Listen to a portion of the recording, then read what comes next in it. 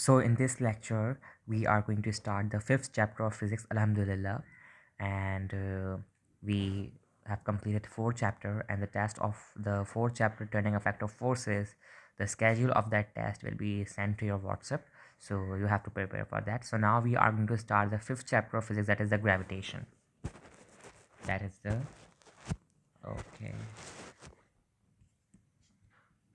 That is the gravitation. Okay. So the first man who came up with the idea of gravity was Isaac Newton. Okay. So gravity जो idea लाया था वो Newton ही था. It was an evening of 1665 when he was trying to solve the mystery why planets revolve around the sun. कि जो planets हैं like Jupiter, Mars वो या Earth वो sun के around क्यों revolve करते हैं. Suddenly अचानक से an apple fell from the tree under which he was sitting. जहाँ पर वो बैठा हुआ था जिस ट्री के नीचे वहाँ से एक एप्पल गिर गया, एक सेब गिर गया. So the idea of gravity flashed in his mind. तो उसने सोचा कि यार ये एप्पल गिरा तो मतलब कोई ना कोई चीज़ तो होगी जिसकी वजह से ये गिरा. And that was the gravity जो उसके जहन में आई. He discovered not only the cause of falling apple, apple क्यों गिरा है वो वजह के साथ साथ also the cause that makes the planet to revolve around the sun and the moon around the earth. जो प्लैनेट सन के रिवॉल्व अराउंड करते हैं उसको भी इसने डिस्कवर करने की कोशिश की और मून अर्थ के अराउंड क्यों रोटेट करता है उसको भी डिस्कवर करने की कोशिश की. This unit deals with the concept related to the gravitation. तो जितने भी कॉन्सेप्ट्स हैं ग्रेविटेशन से related, so we will gonna studying them. The force of gravitation, the first topic. On the basis of his observations, Newton concluded that the force which causes an apple to fall on the earth and the force which keeps the moon in its orbit are of the same nature. अब यहाँ से दो बातें देखो निकल सकती हैं. एक बात तो ये कि ऐसी फोर्स जिसने एप्पल को नीचे अर्थ पे गिराया हो और ऐसी फोर्स जो कि मून को अर्थ के अराउंड रोटेट करवाती है. दो फोर्सेस एक ही नेचर की हैं, सेम नेचर की. He further concluded that there exists a force due to which every body of the universe attracts every other body. यानी कि इसने एक और साथ साथ ये बताया कि इसके साथ साथ और भी ऐसी फोर्सेस हैं. एक ऐसी फोर्स एग्जिस्ट करती है जो कि अदर बॉडी यानी कि हर बॉडी एक दूसरे बॉडी को यूनिवर्स के अंदर अट्रैक्ट करती है. He named this force of the force that is force of gravitation. उसने ऐसी फोर्स को नाम दिया फोर्स ऑफ ग्रेविटेशन जो कि यूनिवर्स के अंदर या अर्थ के अंदर हर एक बॉडी दूसरी ऑब्जेक्ट को अट्रैक्ट करती है. अर्थ हमें अट्रैक्ट कर रहा है, that is the force of gravitation. Apple नीचे गिर रहा है, that is the force of gravitation. और जो मून अराउंड कर रहा है अर्थ के रिवॉल्व, वो भी उसी ग्रेविटेशन फोर्स की एक जैसी नेचर है, सेम नेचर है. So we have a law of gravitation. This is a very conceptual chapter and a very important chapter for your AQUEB. Law of gravitation, and this is for general knowledge as well. According to Newton's law of universal gravitation. अब Newton's का universal law of gravitation क्या है, आइए उसको पढ़ते हैं. Every body in the universe attracts every other body with a force which is directly proportional, यानी with a force which is directly proportional to the product of their masses m1 let's suppose and m2 and inversely proportional to the square of the distance between the centres. और उसी के साथ उसके inversely proportional है उनके distance का square के. तो ये इसने मैथमेटिकल रिप्रेजेंटेशन दी न्यूटन्स लॉ ऑफ ग्रेविटेशन ने. Consider two bodies of masses m1 and m2. Let's suppose this is the m1 and this is the m2. m1 is bigger, m2 is smaller. The distance between the center of the masses d, as shown the figure, is d. This is the distance between them. So this is the distance. The two masses attract each other with a gravitational force of equal magnitude. अब ये जो point है ये याद करने वाला है और समझने वाला है. दो मासेस हैं आपस में अट्रैक्ट कर रहे हैं विद अ ग्रेविटेशनल फोर्स और इक्वल मैग्नीट्यूड के हैं. उनका जो वजन कह रहे हैं या फिर उनका जो एक मैग्नीट्यूड है numerical value, that is the equal. So आइए इसको मैथमेटिकली समझते हैं. According to the law of gravitation, the gravitational force of attraction F, with which the two masses m1 and m2 are separated by a distance d attract each other, is given by F is directly proportional to m1 or m2. Again, F is inversely proportional to the d square, distance between the two masses, इसका square. फिर हमने F को mathematically arrange करके m1 m2 के साथ नीचे d square लगाया. अभी प्रोपोर्शनैलिटी कॉन्स्टेंट को हटाने की नहीं है, मुझे यहाँ पर एक इस प्रोपोर्शनल को हटाने के लिए मुझे यहाँ पर एक प्रोपोर्शनैलिटी कांस्टेंट आना होगा, that is the G. So F is equal to G m1 m2 over D square. अब जी आप समझ तो गए होंगे क्या है यहाँ पर, आइए इसको समझते हैं। Here g is the proportionality constant. It is called the universal constant of gravitation. अगर MCQ में है what is g called, it is called the universal constant of gravitation. अच्छा, इस पूरी इक्वेशन को ड्राइव करना आना चाहिए। एग्जाम में अगर आ जाए 3 मार्क्स का क्वेश्चन, अगर ड्राइव करें तो आप ये पूरा ड्राइव करेंगे। Okay, this part. और लिखेंगे भी g is the proportionality constant and the value of g is everywhere is same. And ऐसा यूनिट में जो उसकी वैल्यू होती है that is 6.673 into exponent -11 newton metre square kilogram square inverse. That is the value of g in SI unit. याद करने की है, बहुत इंपॉर्टेंट है। Due to a small value of g, अब जो g के वैल्यू है आप देख सकते हैं दैट इज़ वेरी स्मॉल, यानी कि एक्सपोनेंट -11 यानी कि 1 इस तरह कुछ जा जाके आपकी यानी कि 0.0 कुछ जाके 11 जीरोज आएंगे तब जाके, यानी कि it is very small, it is very small. The gravitational force of the attraction between objects around us is very small, क्योंकि g और f आपस में डायरेक्टली प्रोपोर्शनल हैं। अगर g is very small so the gravitational force is also very small that attracts each and every body and we do not feel it. जब भी हम उस ग्रेविटी को फील नहीं करते, जब हम रोड पर चलते हैं तो हम उस ग्रेविटी को फील क्यों नहीं करते? बिकॉज जी के वैल्यू स्मॉल है और जी डिपेंड करता है फोर्स पर, तो इसलिए हम फोर्स उस पर फील नहीं करते अपने ऊपर ग्रेविटी की। Since the mass of the earth is very large, क्योंकि अर्थ का जो मास है आप देख सकते हैं F is directly proportional to the masses.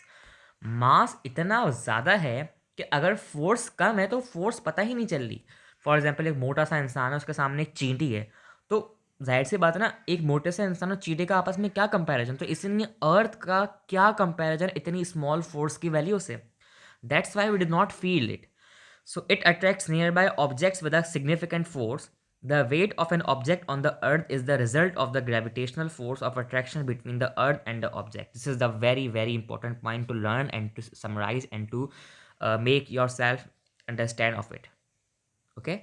The weight of an object on the earth, जो object का weight है अर्थ के अंदर, ये किसका रिजल्ट है? ग्रेविटेशनल फोर्स का रिजल्ट है जो कि attraction between earth and the object की है। Okay, so now move towards the next topic, that is the law of gravitational and Newton's third law of motion। इन दोनों का आपस में क्या रिलेशन है, जो कि हम न्यूटन का थर्ड लॉ ऑलरेडी पढ़ चुके हैं, मगर इन दोनों के रिलेशन को हमें पढ़ना पड़ेगा। It is to be noted that the mass m1 attracts m2, जो हमने ऊपर अभी डायग्राम देखी, towards with a force f, while mass m2 attracts m1 towards it with a force of the same magnitude f but in opposite direction। इसका मतलब क्या है आइए उस पर जाके समझते हैं। यहाँ पर अगर आप चेक करें, यहाँ पर जो m1 है ये इसको अट्रैक्ट कर रही है m2 की with the force of f, मगर जो ये m2 है ये m1 को अट्रैक्ट तो कर रही है फोर्स ऑफ f से, मगर ऑपोजिट यानी कि नेगेटिव डायरेक्शन में। तो ये इस तरीके की कुछ यहाँ पे एक थिंकिंग बन रही है। अच्छा, मैंने बताया था हमेशा जो चीज़ें ऑपोजिट साइन की होंगी प्लस और माइनस वो आपस में अट्रैक्ट्स करेंगी, लाइक चार्जेस इन केमिस्ट्री। यहाँ पर भी वही हिसाब है। If the force acting on m1 is considered as the action, अब न्यूटन का थर्ड लॉ को इससे रिलेट करो, अगर जो m1 फोर्स है वो एक्शन फोर्स है जो m1 पे लग रही है, then the force acting on the m2, तो अब जो m2 पर लगेगी वो कौन सी फोर्स होगी? रिएक्शन की। The action and reaction due to the force of gravitation are equal in magnitude but opposite in direction. This is consistent with Newton's third law of motion which states to every action there is always equal but opposite reaction. इसलिए हम इसको आपस में relate कर सकते हैं, और कभी आपके पास पेपर में इसको डिस्कस करने का आए तो रीज़न तो आप ये लिख सकते हो। और हमेशा पता है action and reaction are always perform on the same body और डिफरेंट बॉडी, डिफरेंट बॉडीज, तो m1 और m2 आर डिफरेंट बॉडीज, तो इसलिए उन दोनों के ऊपर न्यूटन का थर्ड लॉ वैलिड है। क्वेश्चन में है why the Newton third law is valid on the law of gravitation, तो आप बोलोगे action and reaction are always acted on the different bodies, two different bodies, that's why it is helpful in the law of gravitation. So let's suppose we have an example 5.1, two lead spheres each of, अच्छा lead spheres यानी कि lead जो हमारे पास metal है उसके spheres हैं यानी कि सर्कल की बॉल्स हैं, of masses 1000 kilogram, are kept with their centres, जो कि उनके सेंटर्स में 1 मीटर अपार्ट है distance. Okay, find the gravitational force with which they attract each other. Okay, ऐसी ग्रेविटेशनल फोर्स फाइंड करो जिससे वो आपस में दूसरों को अट्रैक्ट करते हैं। अच्छा, ये जो न्यूमेरिकल है ना, दरअसल ये एक बहुत स्टैंडर्ड न्यूमेरिकल, इसको समझ के याद करने वाली चीज़ है ये।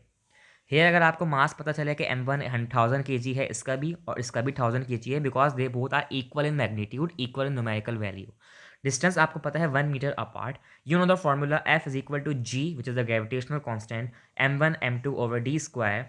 वैल्यूज को पुट करेंगे 6.673 एक्सपोनेंट माइनस 1 जो कि G की वैल्यू है। M1 M2 आपको पता है, ये दोनों मासेस दिए हुए हैं। 1 मीटर होगा मगर 1 का स्क्वायर होगा, दैट इज 1, क्योंकि D का स्क्वायर हमें चाहिए होता है। तो हमारे पास आंसर आएगा 6.673 exponent minus 5 newton. The gravitational force of attraction between the lead spheres is 6.673 exponent minus 5। तो आप ये पेपर में अपने आप इसको आसानी से सॉल्व कर सकते हो। Okay okay, so we have a gravitational field. Gravitational field को डिस्कस करते हैं।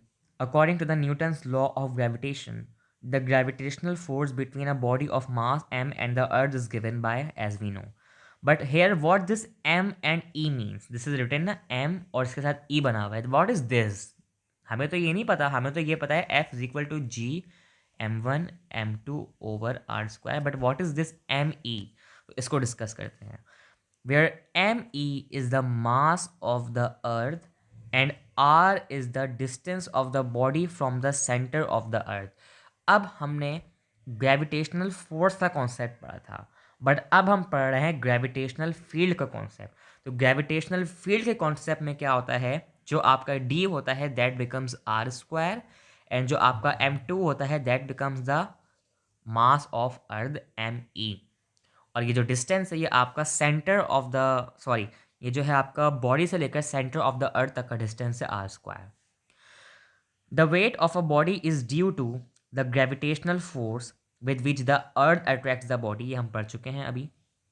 Gravitational force is a non contact force.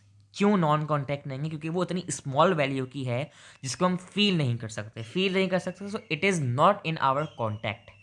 For example, the velocity of a body thrown up goes on decreasing, while on return its velocity goes on increasing। जाहिर सी बात है, जब आप किसी बॉल को फेंकते हैं अपवर्ड तो उसकी वेलोसिटी डिक्रीज होती है, मगर जब वही बॉल वापस रिटर्न बैक होती है तो उसकी वेलोसिटी इंक्रीज होती है। This is due to the gravitational pull of the earth. इस वजह से, क्योंकि ग्रेविटेशनल एक पुल होता है अर्थ का एक्टिंग ऑन द बॉडी, जैसे एप्पल गिरा था, whether the body is in contact with the earth और नॉट। अब वो चाहे बॉडी कॉन्टैक्ट में आए अर्थ के या ना आए, मगर वो फोर्स ज़रूर लगती है, ग्रेविटेशनल पुल ज़रूर लगता है उस बॉडी के ऊपर। Such a force is called the field force. ऐसी फोर्स जो कि नॉन कॉन्टैक्ट उस पर हो, अर्थ के सरफेस पे, और उसकी वेलोसिटी अपवर्ड डायरेक्शन में इंक्रीज हो, डाउनवर्ड डायरेक्शन में इंक्रीज हो ग्रेविटेशनल पुल की वजह से, that is called the field force. So it is assumed that a gravitational field exist all around the अर्थ। इसलिए हम कहते हैं ग्रेविटेशनल फील्ड जो है अर्थ की तमाम सरफेसेस पर एग्जिस्ट करती है, होती है। This field is directed towards the centre of the अर्थ। ये जो फील्ड है, यानी कि जो ग्रेविटेशनल फील्ड है यहाँ पर F, is always towards the centre of the earth as shown by the arrows in figure 5.3। अब ये देखो, ये जो एरोज दिए हुए ना आपको, ये दिस वन एरो, ये दिखा रही है ग्रेविटेशनल फोर्स हमेशा आपकी अर्थ के सेंटर पर है। ये सब ग्रेविटेशनल फोर्सेस हैं जो कि अर्थ के सेंटर पर हैं। Gravitational field around the earth is towards the centre. MCQ में आएगा, क्वेश्चन में आएगा, तो आप क्या लिखोगे? Gravitational field around the earth is towards its centre. The gravitational field becomes weaker and weaker as we go farther away from the earth. जाहिर सी बात है, जब हम अर्थ से दूर चले जाएंगे तो वो ग्रेविटेशनल फील्ड एग्जिस्ट ही नहीं करेगी, यानी कि वो वीक हो जाएगी, रिड्यूस्ड हो जाएगी। In the gravitational field of the earth, the gravitational force per unit mass is called the gravitational field strength of the earth. दोबारा सुनिए, in the gravitational field of earth, ऐसी gravitational force per unit mass, per unit mass, force divided by gravitational force divided by per unit mass is known as gravitational field strength of the earth. Numerical और MCQ के लिए important है। At any place, कोई भी जगह हो, gravitational constant की जगह तरह भी, its value is equal to the value of the G at that point. किसी बार अर्थ का पॉइंट ले लो, एक छोटा सा हिस्सा ले लो अर्थ का, वहाँ पर भी ये जी की वैल्यू, ग्रेविटेशनल फील्ड की स्ट्रेंथ किसके बराबर होगी? जी के बराबर। और वो जी क्या है? Gravity. Near the surface of the earth, near अर्थ के सरफेस के करीब, the gravitational field strength is 10 newton kilogram inverse one. और आपको पता है जी के वैल्यू भी होती है 10 मीटर पर सेकंड स्क्वायर। इसी तरह आपकी जो ये ग्रेविटेशनल फील्ड स्ट्रेंथ है इसकी वैल्यू भी होती है 10 newton kilogram inverse one, and they both are equal to the any point of the earth to the near point. So यहाँ पर हमने इसका कॉन्सेप्ट को डिस्कस किया। So in the next lecture इंशाल्लाह will be gonna heading towards the some more interesting topics, और इंशाल्लाह हो सकेगा नेक्स्ट लेक्चर में ही हम इस चैप्टर को ख़त्म कर देंगे इंशाल्लाह।